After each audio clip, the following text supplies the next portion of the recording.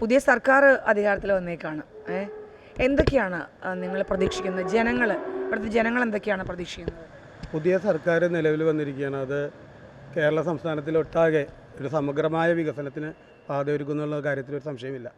അവർ പറഞ്ഞിരിക്കുന്ന പോലെ തന്നെ സർക്കാർ ഈ പ്രകടന പത്രികയിൽ ഐക്യജനാധിപത്യ മുന്നണി പറഞ്ഞിരിക്കുന്ന പോലെ തന്നെ ചില കാര്യങ്ങൾ, ഇന്ദിരാ ഗ്യാരണ്ടി, അതിനകത്ത് ഏറ്റവും ആകർഷണീയമായി തോന്നുന്നത് നമ്മുടെ സംസ്ഥാനത്ത് വനിതകൾക്ക് KSRTC ബസ്സിൽ സൗജന്യ യാത്ര നൽകുമെന്നുള്ളതാണ് മനസ്സിലാക്കുന്നത്. അത് ഒരു സ്ത്രീ ശാക്തീകരണത്തിൻ്റെ ഭാഗമായിട്ട് സർക്കാർ കൊണ്ടുവരുന്നൊരു നടപടിയായിരിക്കും. അതേപോലെയുള്ള നന്മയുള്ള 25 ലക്ഷം രൂപയുടെ കുടുംബ ആരോഗ്യ പരിരക്ഷ, ഇതെല്ലാം നമ്മുടെ വിദ്യാർത്ഥികൾക്കും യുവജനങ്ങൾക്കും യുവതികൾക്കും വേണ്ടി അവർ പറഞ്ഞിട്ടുള്ള വാഗ്ദാനങ്ങൾ കൃത്യമായി പാലിക്കപ്പെടുമെന്നുള്ള ഉത്തമ വിശ്വാസത്തിലാണ്. അത് യുവാക്കൾക്ക് എന്തൊക്കെയാണ് വേണ്ടത്? യുവാക്കൾക്ക് വേണ്ടത് അവർക്ക് ഇന്നത്തെ സാഹചര്യത്തിൽ കോമ്പറ്റീറ്റീവായിട്ടുള്ള വേൾഡാണ്.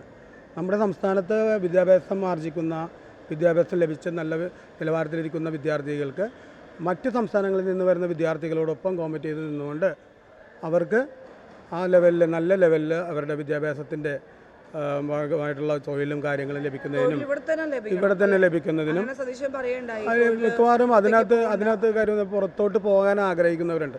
അവർക്ക് പുറത്തോട്ട് പോകുമ്പോഴുള്ള തൊഴിൽ പരിരക്ഷയും നമ്മുടെ സംസ്ഥാനത്ത് അല്ലെങ്കിൽ നമ്മുടെ നാട്ടിൽ നിന്ന് ജോലി ചെയ്യുന്ന ആൾക്കാർക്ക് അതിനുള്ള പരിരക്ഷയും അതിനുള്ള സാഹചര്യങ്ങൾ ഒരുക്കുക എന്നുള്ളതാണ് വിദ്യാർത്ഥികളും യുവജനങ്ങളും ബാക്കി വിദ്യാസമ്പന്നരായ മറ്റുള്ളവരും പ്രതീക്ഷിക്കുന്ന കാര്യങ്ങൾ. പിന്നെ നമുക്ക് വിദ്യാഭ്യാസ മേഖലയിൽ വളരെയധികം ആവശ്യങ്ങളുണ്ട്. ഇപ്പോൾ എയ്ഡഡ് സ്കൂൾ, അൺഎയ്ഡഡ് സ്കൂളുകൾക്ക് എല്ലാവർക്കും, സർക്കാർ സ്കൂളുകളുടെ കുറേ പ്രശ്നങ്ങളുണ്ട്. അതെല്ലാം എങ്ങനെയാണ് നോക്കിക്കാണുന്നത്? സർക്കാർ വിദ്യാലയങ്ങളും സർക്കാർ എയ്ഡഡ് വിദ്യാലയങ്ങളും എല്ലാം നേരിടുന്ന നിരവധി പ്രശ്നങ്ങളുണ്ട്.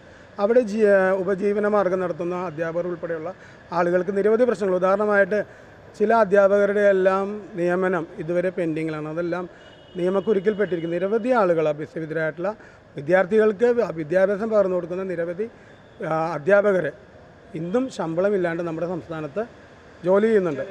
അപ്പോൾ അതെല്ലാം ഒരു പരിഹാരമുണ്ടാക്കി അവരുടെ ജീവിതമാർഗ്ഗം, കാര്യം നിസ്വാർത്ഥമായിട്ടാണ് അവർ സേവനം ചെയ്യുന്നത്. വിദ്യാർത്ഥികളുടെ ഭാവി സുരക്ഷിതമാക്കാനുള്ള ഏറ്റവും വലിയ ഉത്തരവാദിത്തമാണ് അവരായിട്ട്. പക്ഷേ അവർക്ക് ശമ്പളമില്ല എന്നുള്ളൊരു വസ്തുതയുണ്ട്. അതെല്ലാം എത്രയും പെട്ടെന്ന് പരിഹരിക്കേണ്ട ഘടകങ്ങളാണ്.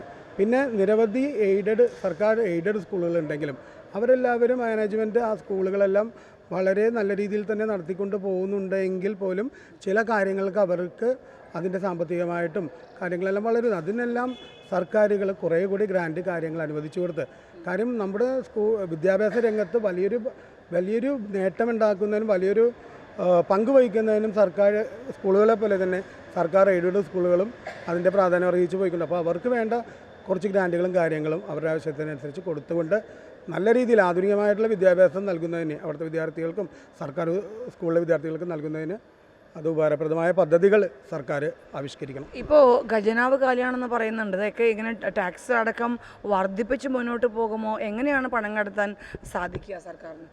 ഗവൺമെൻറ്റിൻ്റെ ഏറ്റവും വലിയ വരുമാന മാർഗ്ഗം എന്ന് പറയുന്നത് ടാക്സ് തന്നെയാണ്. അതിനകത്തൊരു സംശയമില്ല.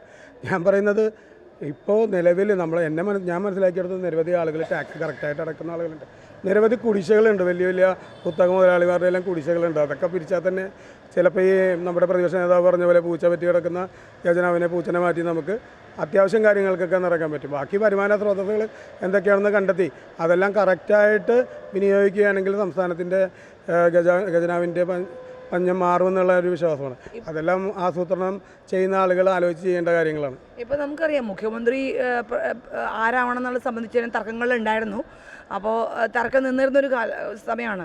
അപ്പോൾ ജനങ്ങൾ പറയുന്നത് ഇനിയിപ്പോൾ അധികാരത്തിലേറിയാലും കുറേ ഗ്രൂപ്പിസമായിട്ട് പ്രശ്നങ്ങളാവുമെന്നൊരു ആശങ്ക ജനങ്ങൾക്കുണ്ട്. അങ്ങനെ ഉണ്ടാവുമോ? അത് എങ്ങനെ ഭരണത്തെ ബാധിക്കുമോ? എങ്ങനെയാണ് ഇത്? കോൺഗ്രസ് എന്ന് പറയുന്നത് വലിയൊരു പ്രസ്ഥാനമാണ്. അതിനെ സംബന്ധിച്ചിടത്തോളം ഞങ്ങൾക്ക് ഒരു നേതാവിൽ ഫോക്കസ് ചെയ്യാം. സംസ്ഥാനത്തെ സംബന്ധിച്ചിടത്തോളം ഒരു നേതാവിനെ ഫോക്കസ് ചെയ്തുകൊണ്ടുള്ളൊരു സംവിധാനമല്ല ഇവിടെ ഉള്ളത്. ഞങ്ങൾക്ക് സമാന രീതിയിൽ പ്രാധാന്യമുള്ള നേതാക്കന്മാർ ഉണ്ട്. അതിനകത്ത് പെടുന്ന ആളുകളാണ് ശ്രീ രമേശ് ചെന്നിത്തലയും VD സതീശനും നമ്മുടെ KC വേണുഗോപാലുമെല്ലാം. അപ്പോൾ അതിനകത്ത് ആര് മുഖ്യമന്ത്രി ആകണം, അടുത്ത 5 കൊല്ലം കേരള സംസ്ഥാനത്തിന് ആര് നയിക്കണമെന്നുള്ള ചർച്ച ഇവിടെ നടക്കുന്നുണ്ട്. അത് വലിയ ഒരു പ്രശ്നമായിട്ടല്ല, ഒരു ചർച്ച നടക്കുന്നതായിട്ട് സാമൂഹ്യ മാധ്യമങ്ങളിലും എല്ലാം അത് വളരെ രീതിയിൽ പ്രചരിക്കുന്നുണ്ട്. പക്ഷേ നമ്മളൊരു കാര്യം മനസ്സിലാക്കുന്ന, കോൺഗ്രസ് എന്നുള്ള പ്രസ്ഥാനം നേതൃത്വം നിൽക്കുന്ന ഐക്യജനാധിപത്യ മുന്നണി 102 സീറ്റുമായിട്ട് അധികാരത്തിൽ വന്നിട്ടുണ്ടെങ്കിൽ ആ അധികാരം ലഭിച്ച് ജനങ്ങൾക്ക് അവർ പറഞ്ഞ വാഗ്ദാനങ്ങൾ പാലിക്കും എന്നുള്ള കാര്യത്തിൽ ആര് മുഖ്യമന്ത്രി ആയാലും ഒരു സംശയമില്ല. അവർ ആരാണെങ്കിലും ശരി, ജനങ്ങളോട് പറഞ്ഞ വാഗ്ദാനം ഐക്യജനാധിപത്യ മുന്നണി അല്ലെങ്കിൽ ഇന്ത്യൻ നാഷണൽ കോൺഗ്രസ് അത് പാലിച്ചിരിക്കും. അതിനകത്തൊരു സംശയം. ഇപ്പോൾ UDF വൻ ഭൂരിപക്ഷത്തിൽ ജയിച്ചിരിക്കുന്നു. എന്തൊക്കെയാണ് ഈ സർക്കാരിൽ നിന്ന് നിങ്ങൾക്ക് ഇപ്പോൾ കഴിഞ്ഞ സർക്കാരിൽ നിന്ന് നമുക്ക് കുറേ വാഗ്ദാനങ്ങൾ കിട്ടിയിട്ടുണ്ട്. ഈ തടി മാത്രമേ ഞങ്ങൾക്ക് ചീനോല തൊഴിലാളികൾക്ക് തന്നിട്ടുള്ളൂ, ഞങ്ങളുടെ മുതലാളിമാർ. പക്ഷെ അതിനെ നിന്നുള്ളൊരു ഫണ്ട് ഒരിക്കലും ഞങ്ങൾക്ക് പാസ്സാക്കി തന്നിട്ടില്ല. പക്ഷേ ഈ ഗവൺമെൻറ്റിൽ നിന്ന് ഞങ്ങൾ വളരെയധികം പ്രതീക്ഷിക്കുന്നുണ്ട്. അത് ചെയ്ത് തരുമെന്നുള്ളത് ഞങ്ങൾക്കൊരു ഉറപ്പുണ്ട്. ചെയ്ത് തന്നെ എന്ന് പറഞ്ഞാൽ ഞങ്ങൾ മത്സ്യത്തൊഴിലാളി ഞങ്ങൾക്ക് കിട്ടുന്ന വരുമാനം ഇപ്പോൾ 100 രൂപ പോലും നമുക്ക് കിട്ടാൻ നിവർത്തിയില്ല. എന്ന് പറഞ്ഞാൽ വെള്ളം ചൂടായത് മീനെല്ലാം താഴത്തേക്കാണ് പോയിരിക്കുന്നത്. ഞങ്ങൾക്ക് വേറെ കിട്ടില്ല. പിന്നെ പുതിയതായിട്ട് വന്ന MLA ഷിയാസിനെ ഞങ്ങൾ വളരെയധികം പ്രതീക്ഷിക്കുന്നു. ഞങ്ങൾ മത്സ്യത്തൊഴിലാളിക്ക് ചെയ്തു തരാമെന്ന് ഇവിടെ വന്നപ്പോൾ ഞങ്ങൾക്ക് വാഗ്ദാനം തന്നിട്ടുണ്ട്. അത് നിറവേറ്റാൻ വേണ്ടി ഞങ്ങൾ എന്തുകൊണ്ടാണ് KJ Maxx പൊട്ടാൻ കാരണം എന്താ? ഇവിടെ KJ Maxx പൊട്ടാൻ കാരണം അത് ചെയ്യാമെന്ന് പറഞ്ഞ കുറേ കാര്യങ്ങൾ ചെയ്തിട്ടില്ല. പിന്നെ ഫിഷറീസിന് ഇപ്പോൾ ഈ ചീനവല തൊഴിൽ ഞങ്ങളുടെ തൊഴിൽ ഞങ്ങളുടെ കാര്യം പറയാൻ പറ്റുള്ളൂ. ഇപ്പോൾ തടി മാത്രം തന്നിട്ടുള്ളൂ 4 ഘട്ടം. ഇപ്പോൾ ഞങ്ങളുടെ മുതലാളി തന്നെ പലിശക്ക് പൈസ എടുത്തിട്ടാണ് ഇത് ചെയ്തത്. പക്ഷേ പുള്ളിക്ക് ഇതുവരെയായിട്ട് അതിൻ്റെ ബാക്കി ബാലൻസ് പോലും കിട്ടിയിട്ടില്ല. അയാൾ ഇപ്പോഴും പലിശക്ക് പലിശ കൊടുത്തുകൊണ്ടിരിക്കുന്നത്. പിന്നെ എല്ലാ തൊഴിലാളികൾക്ക് അങ്ങനെയൊക്കെ തന്നെ. നിങ്ങളുടെ കുടുംബത്തിൽ എങ്ങനെയാണ്? വരുമാനമുള്ളവർക്ക് ഉണ്ടോ? അപ്പോൾ എങ്ങനെയാണ് ജീവിക്കുന്നത്? ജീവിക്കാൻ എന്ത് വേണം? ഞങ്ങൾ ഇതും കൊണ്ടേ ജീവിക്കുന്നത്. ഇപ്പോൾ മഴ തുടങ്ങിക്കഴിഞ്ഞാൽ പായൽ ശല്യം വരുമ്പോൾ കൊട്ടും വലിക്കാൻ കിട്ടില്ല. പിന്നെ ഇപ്പോഴത് കടൽ ചൊറി എന്ന് പറഞ്ഞാൽ അതിൻ്റെ മീൻ നിൽക്കുന്നില്ല. ഇപ്പോൾ ഇത്രയും വല 9 വല ഇപ്പോൾ അതിലും വല പണിയെടുക്കണമെന്ന് നോക്കിയമ്മേ. ഞങ്ങൾ ആകെ 2 വലക്കാർ മാത്രമേ ഇപ്പോൾ പണിയെടുക്കുന്നുള്ളൂ. ഒരു വലയിൽ 6 തൊഴിലാളികളാണ്. 6 തൊഴിലാളി എന്ന് പറഞ്ഞാൽ 6 കുടുംബമാണ്. ഞങ്ങൾക്ക് ഒരു ദിവസം കിട്ടുന്ന വരുമാനം ഇന്നലെ കിട്ടിയതാകെ 130 രൂപയുടെ കുടുംബത്തേക്ക് പോകാൻ പറ്റും. കുടുംബം പട്ടിണിയാണ്. അത് 1 മാസമായിട്ട് ഇപ്പോൾ കുടുംബം പട്ടിണിയാണ്. അന്നേരം കിട്ടുന്നില്ല, മീൻ കിട്ടുന്നില്ല. അന്നേരം വെള്ളം ചൂടായതുകൊണ്ട് മീനെല്ലാം താഴത്തേക്ക് പോകുന്നത്. മഴ തുടങ്ങിക്കാലും മാത്രം മീൻ കിട്ടുന്നു. ദൈനംദിന ചെലവിന് ഇപ്പോൾ എങ്ങനെയാണ്? പച്ചക്കറി വില കൂടുന്നു, പിന്നെ മറ്റേ പെട്രോൾ ഡീസൽ വില വർദ്ധിക്കുന്നു. അപ്പോൾ ഇതിലൊക്കെ എന്താണ് സർക്കാരോട് ചോദിക്കുക? നിങ്ങൾക്ക് ക്ഷേമനിധി ഉണ്ടോ? എന്താണ്? ഞങ്ങൾ ഫിഷറീസിൽ അങ്ങനെ ഇതിനകത്തുള്ളതാണ് കറക്റ്റ് കിട്ടുന്നത്. പക്ഷേ അതിനകത്തും ഇപ്പോൾ കുറച്ച് ഇതിനൊക്കെ പെൻഡിങ് ഒക്കെ വരുന്നുണ്ട്. പക്ഷേ ഈ ഗവൺമെൻറ് വരുമ്പോൾ നമുക്ക് എല്ലാ ആനുകളും കിട്ടുന്നതാണ് ഞങ്ങളുടെ പ്രതീക്ഷ. മക്കളുടെ വിദ്യാഭ്യാസത്തിന് എന്താ വേണ്ടത്? മക്കളുടെ വിദ്യാഭ്യാസം ഇപ്പോൾ ഞങ്ങൾ മത്സ്യത്തൊഴിലാളികളും അങ്ങ് അതിൻ്റെ അതിൽ ഞങ്ങൾ ഇതിലായിട്ട് ഇതാക്കി പോകുന്നതാണ്. പക്ഷെ ഞങ്ങൾക്ക് വേറെ തൊഴിലാളികൾക്ക് പോകാൻ പറ്റില്ല.